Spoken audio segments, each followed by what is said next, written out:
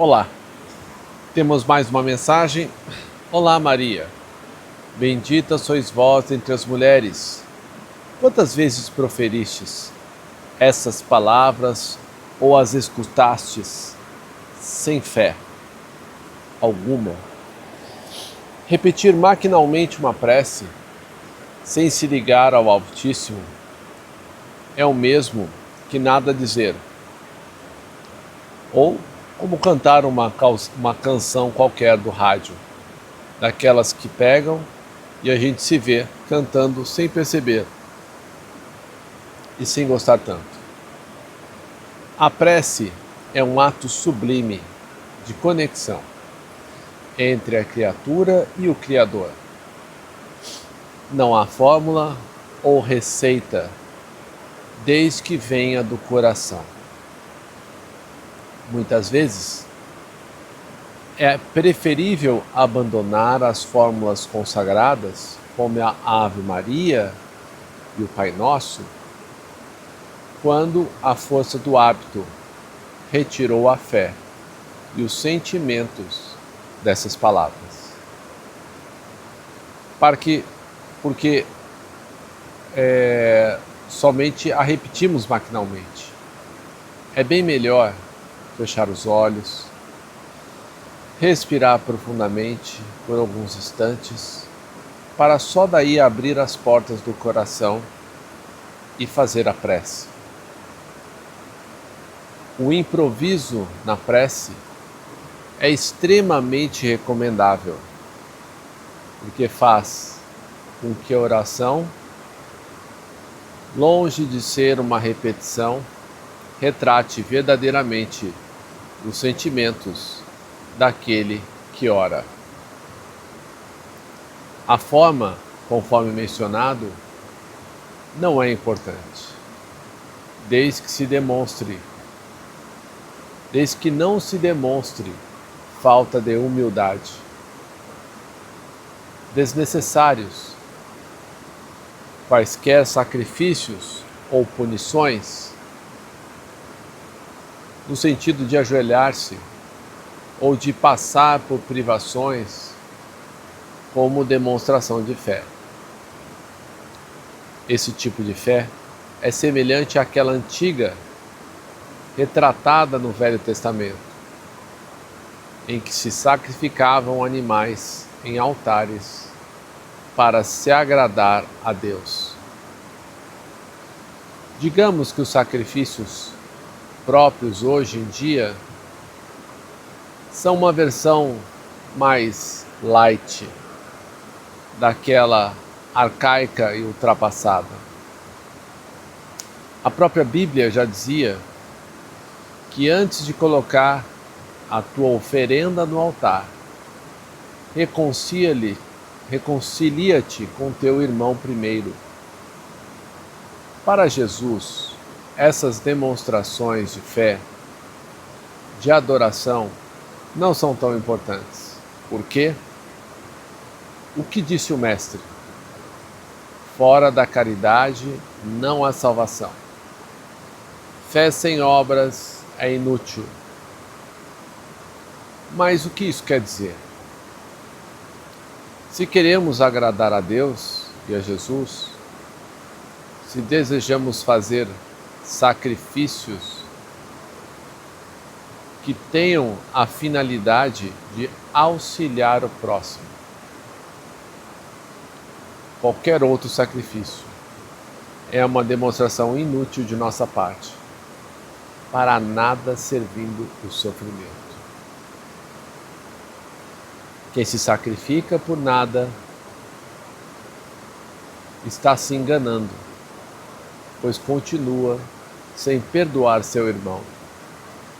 Continua a maldizer o próximo, amaldiçoar a sua má fortuna, culpando a todos menos a si mesmo pelos seus infortúnios.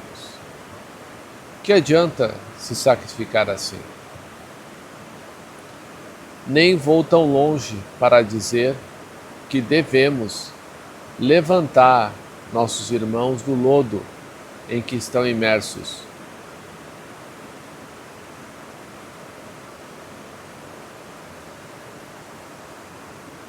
Perdão. Nem vou tão longe para dizer que devemos levantar nossos irmãos do lodo em que estão imersos, porque sequer estamos preparados para pequenos gestos altruístas, quanto mais os grandes.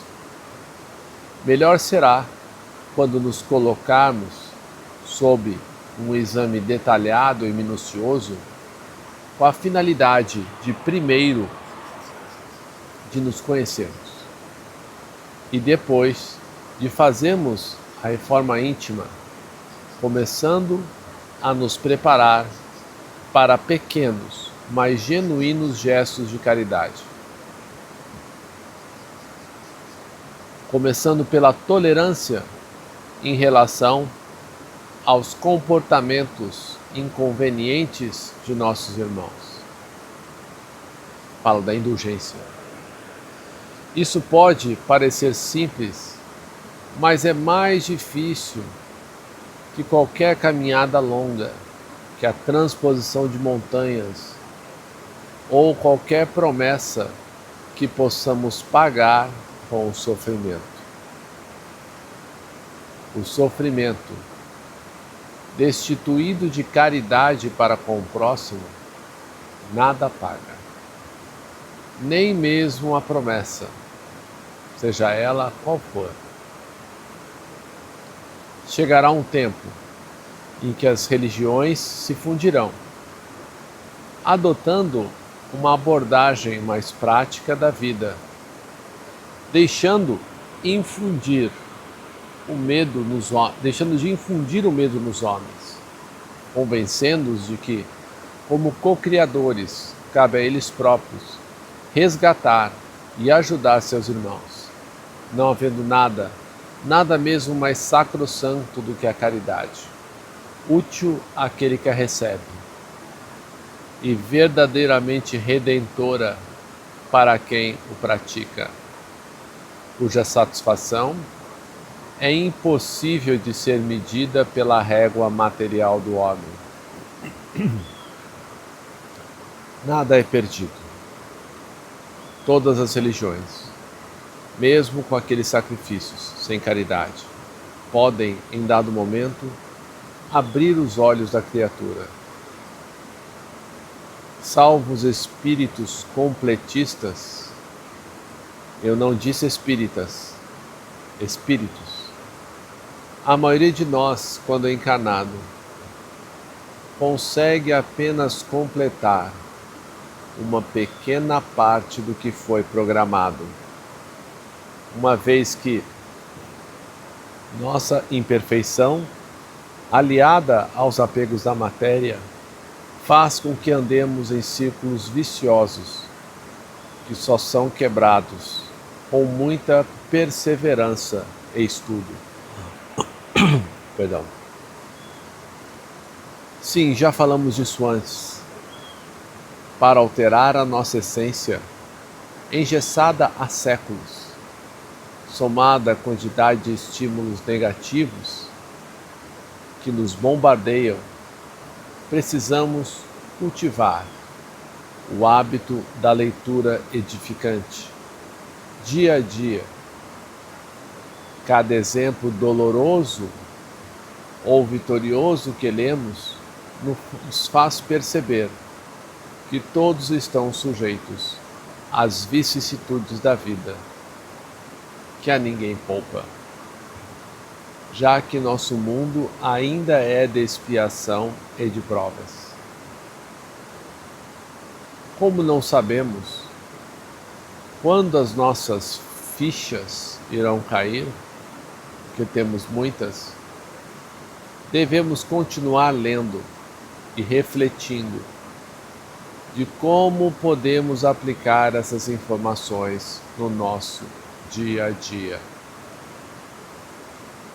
Só com trabalho, mourejante, passo a passo, à semelhança do jardineiro que meticulosamente cuida do jardim, arrancando as ervas daninhas para que as roseiras possam florescer. Nosso trabalho como jardineiros de nossa alma é árduo e constante. Eu gostaria de dizer para todos que existe um atalho, uma fórmula mágica de angelização da criatura, mas não existe. Todos nós começam no mesmo ponto, têm as mesmas oportunidades de crescimento e devem galgar todos os degraus da escala da evolução por si próprios, carregando o próprio peso. Vocês sabem essa verdade. O atalho, em verdade, é a porta estreita, porque é o caminho mais curto, porém mais íngreme. Mas tem a porta larga, confortável de se passar. Ela começa em declive, é só se soltar e se deixar ir. Mas é uma ilusão. Trata-se de uma estrada sinuosa e com nevoeiro constante, que impede a visão de onde se está, indo até que se percebe que depois de tantas voltas, você foi devolvido ao começo do caminho. É como uma volta num brinquedo de parque de diversões. Já a porta estreita, consegue-se avistar o caminho, só que é para cima. Não há desvios. Não há o nevoeiro da ilusão que encobre a estrada, que é sempre clara, de onde se avista até a pureza das nuvens no cume da montanha, num magnífico cenário. Qual dos caminhos iremos tomar? Da porta larga ou da porta estreita? Será que já não cansamos de ser os mesmos? Com a mesma perspectiva de ver nossos problemas? De sempre vermos o lado negativo em tudo? Será que não deixamos demasiadamente escapar por entre os dedos a preciosa areia do tempo que nos foi concedida?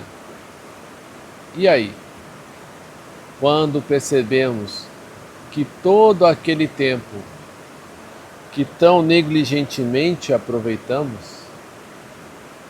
está no fim, tentamos inutilmente agarrá-lo com as mãos e, ao abri-las, percebemos que nossa oportunidade se acabou. Queríamos tanto, prometemos tanto a nós mesmos, mas tão pouco fizemos. Entre o hoje e os vários amanhãs que nossa preguiçosa alma procrastinou nossas boas resoluções, damos-nos conta que bastava simplesmente ter agido no sentido de nada deixar para amanhã, porque o único tempo que realmente possuímos é o hoje. Por isso que ele se denomina presente, sendo o grande e inestimável regalo que nos foi concedido pelo Criador de todas as coisas. Bom dia, boa tarde, boa noite.